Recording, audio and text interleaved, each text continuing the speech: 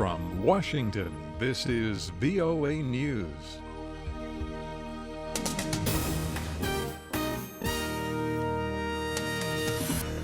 I'm Dave DeForest reporting. China has announced stiff penalties for people caught illegally fishing in Chinese waters, including areas of the South China Sea claimed by neighboring nations. The Supreme Court Tuesday said fishermen illegally entering Chinese waters more than once a year will be subject to fines and up to a year in jail. Last month, a United Nations-backed court in The Hague ruled that China had no claim to the waters of the South China Sea. The Chinese defense minister has urged his nation to prepare for what he called a people's war at sea in an effort to safeguard national sovereignty. President Obama and Singapore's Prime Minister Hsien and Loong restated their commitment to passing the Trans-Pacific Partnership. At the White House Tuesday, the two leaders discussed the TPP Pact, which is currently stalled in Congress.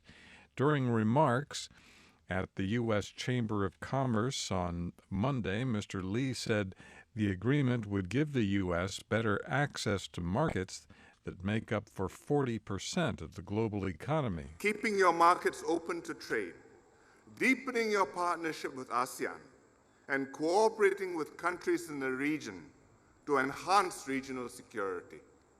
You have helped create the basis for a peaceful, rules-based regional and international order. The pact has become controversial with both 2016 U.S. presidential candidates, Democrat Hillary Clinton and Republican Donald Trump, opposed to it.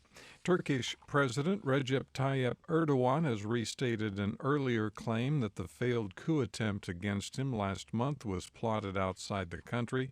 Those accusations are likely in reference to Muslim cleric Fethullah Gulen. This is VOA News.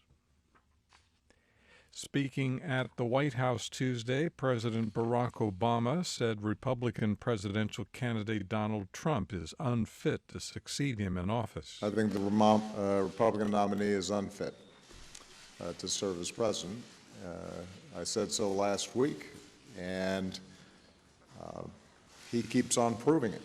Mr. Obama challenged Republicans to repudiate Trump, saying recent statements about the parents of a slain Muslim American soldier were offensive.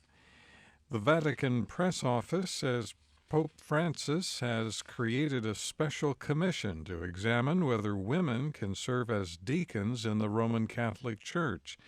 The Pope has appointed Archbishop Luis Francisco Ladaria Ferrer, the Secretary of the Congregation for the Doctrine of the Faith, as president of the 13-member commission. 6 women and 6 men from academic institutions around the world will serve on the commission. France laid to rest the 85-year-old priest, Father Jacques Hamel, who was killed by 2 Islamic extremists last week as he celebrated Mass. Hundreds of mourners gathered Tuesday in the Cathedral of Rouen for a funeral held under tight security. Iraq's prime minister has issued a travel ban for several parliamentary officials accused of corruption. The ban was ordered as a temporary measure against those accused and will remain in place until an investigation is completed. The ban came in response to claims by Defense Minister Khalid al-Obeidi, who on Monday told lawmakers that Parliament Speaker Salim al-Jabouri and several other lawmakers had tried to blackmail him to secure lucrative government contracts. Obeidi made the accusations as he was being questioned by Parliament in response to allegations of corruption in the Defense Ministry. Prime Minister Haider al-Abadi has ordered the country's Anti-Corruption Commission to investigate the allegations.